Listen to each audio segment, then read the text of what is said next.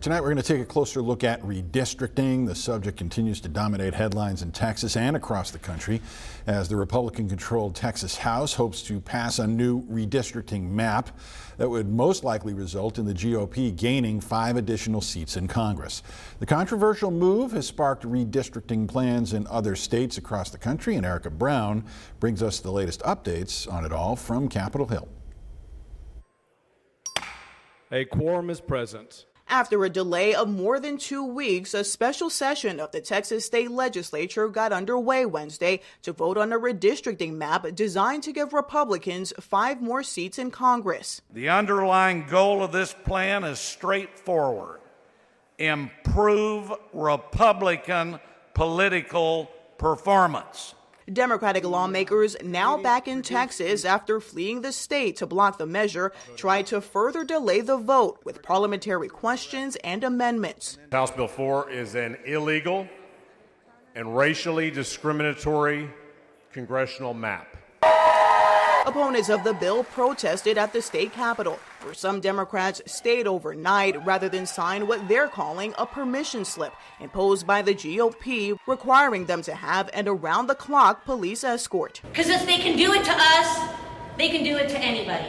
President Trump pushed for the new congressional map in a bid to retain Republican control of the House in the midterm elections, but the move has sparked countermeasures from Democrat-controlled states.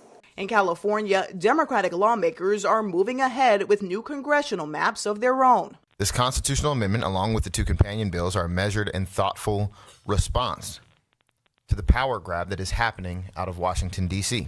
Their excuse? Texas is doing it. That's not leadership. It's abandoning our principles. But Republicans in California are vowing to challenge the redistricting plans in court, as are the Democrats in Texas. Erica Brown, CBS News, Capitol Hill. So you got Texas, you've got California. This could just be the beginning, because other states, from Democratic-controlled New York to Republican-controlled Florida, they're also considering changes to their maps. That could all help their respective parties gain more seats.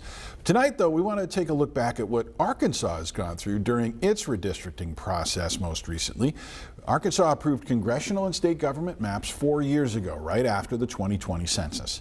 The most controversial change, splitting heavily populated and Democratic-leaning Pulaski County into 3 parts when it comes to Congress. Representatives from the governor, Secretary of State, and Attorney General at the time then redrew the lines for the 135 state legislators. The biggest change came in high-density places like Little Rock and Fayetteville, which saw new splits on the new maps. And as is historically typical, these maps drew legal challenges. Not long after receiving final approval, the ACLU filed a lawsuit that argued the maps drawn by Republicans for the State House of Representatives violated the Voting Rights Act. 2 left-leaning groups, including the NAACP, said the plan denied black Arkansans an equal opportunity to elect candidates of their choice. That case eventually got right up to the doorstep of the U.S. Supreme Court, but they sent it back to a lower court, who issued a unique ruling. It ended a month later after a circuit court said that only the U.S. Attorney General could sue under Section 2 of the Voting Rights Act of 1965. Of course, the issue of redistricting actually came up back during this year's legislative session. In January, State Senator Brian King proposed a bill aimed at increasing transparency as the whole process unfolds. It looked to allow community members and lawmakers to file Freedom of Information Act requests with the Board of Apportionment to try and get an idea of what they're thinking and saying as they draw up all those boards. Senator King argued that our current system gives them too much power and could lead to unfair redistricting based on political motivation. But other lawmakers called the bill too broad and said it could impact communication among the members of that board. King did manage to get it passed in the Senate, though it eventually died in a House committee.